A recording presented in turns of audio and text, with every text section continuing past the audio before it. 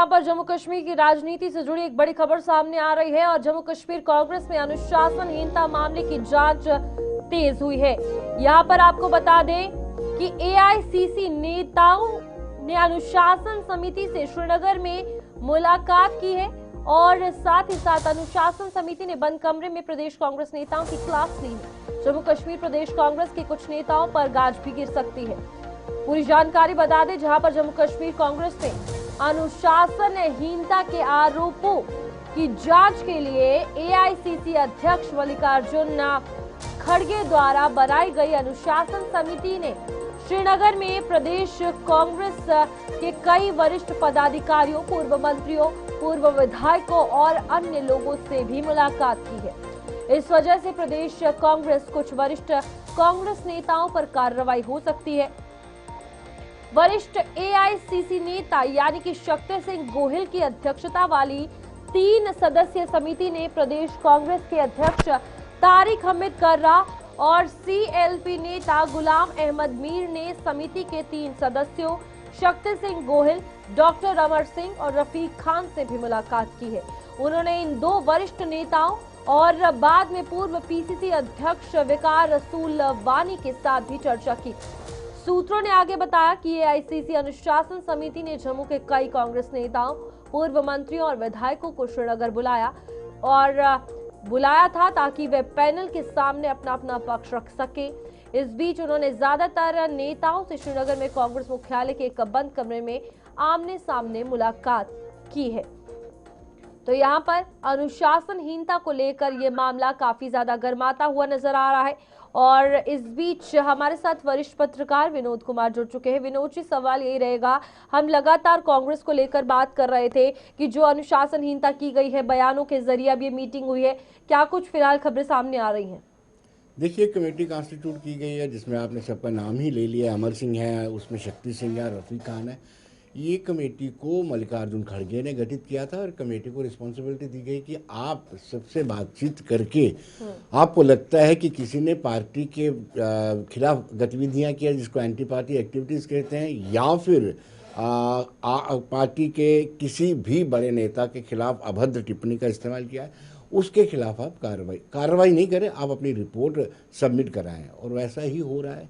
कल से लगातार वो मिल रहे हैं, जितने भी नेता हैं बड़े, तारिक हमीद कर्रा से मिले, वकार रसूल वानी से मिले, गुलाम अहमद मीर से मिले, उसके बाद ताराचंद से मिले, सबसे मिल रहे हैं और आज भी ये मिलने का सिलसिला जारी रहेगा।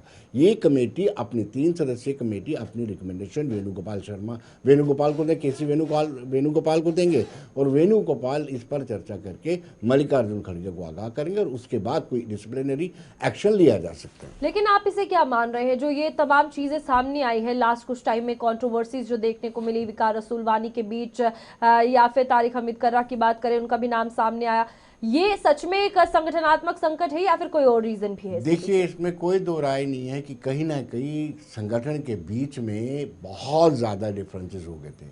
देखिए, एक ही जगह पर आप कॉन्स्टिट्यूंसी में तारिक हमीद कर्रा के समर्थन में भी रैली निकलती है, प्रोग्राम होता है, और दूसरी ओर वकार रसूल, यानी आप खोड़ कॉन्स्टिट्यूंसी की बात ला लीजिए, आप विजयपुर कॉन्स्टिट्यूंसी, हर एक कॉन्स्टिट्यूंसी में पैरेलल प्रोग्राम हो रहे थे और पैरेलल प्रोग्राम में ही एक दूसरे को खुल करके वार किया जा रहा था। यानी तारिक हमीद कर्रा पर आरोप लगाए जा रहे थे और तारिक हमीद कर्रा वकार रसूल पर आरोप लगा रहे थे। और जो एक आम कार्यकर्ता होता है रूपाली, उसके लिए ये संशय का विषय बन जाता है कि आखिर सच कौन है, हमने किसके साथ जाना है, असल कांग्रेस कौन है। तो फिर ये मामला चला गया दिल्ली। जिस दिन मुझे लगता है कि इंडिया ब्लॉक की मीटिंग हुई, उसी दिन शाम को इन बड़े नेताओं को भी बुलाया गया था और नेता वहां पर भी खुला विरोध हुआ और उसके बाद ये डिसाइड किया गया कि एक कमेटी कॉन्स्टिट्यूट की जाएगी। 3 सदस्यीय कमेटी कॉन्स्टिट्यूट की गई और कमेटी को कहा गया कि आप फाइंडिंग दीजिए और आप फाइंडिंग पर कार्रवाई होगी। जम्मू कश्मीर में ही नहीं, जब दिल्ली की हम मीटिंग की बात कर रहे हैं तो तब भी बाहर आकर सब कुछ कहा गया था कि ऑल इज वेल है,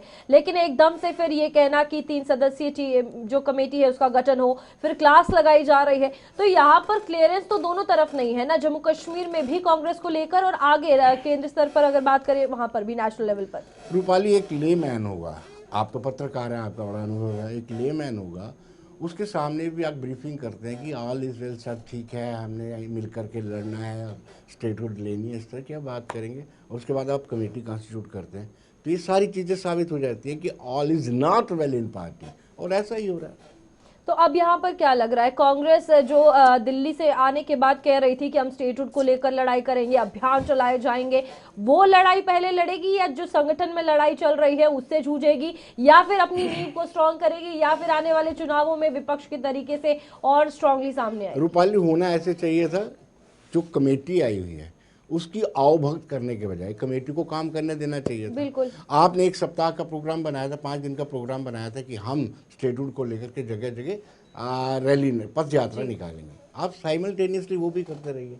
आप कम से कम बीजेपी से कुछ तो सीखिए। कमेटी अपना काम करती रहेगी, कमेटी जिसको बुलाए कि वो आए, लेकिन अगर वाकई में आप चाहते हैं कि स्टेटहुड को लेकर के आपने नेशनल कॉन्फ्रेंस से एक स्टेप आगे जाना है तो आप उसको भी कंटिन्यू कीजिए और कमेटी को अपना काम करने दिए। लेकिन ऐसा हुआ नहीं। अब सबकी कंसंट्रेशन ये है कि कमेटी के गुड बुक्स में हम कैसे आ जाएं, और सब कमेटी के इर्द गिर्द ही घूम रहे हैं।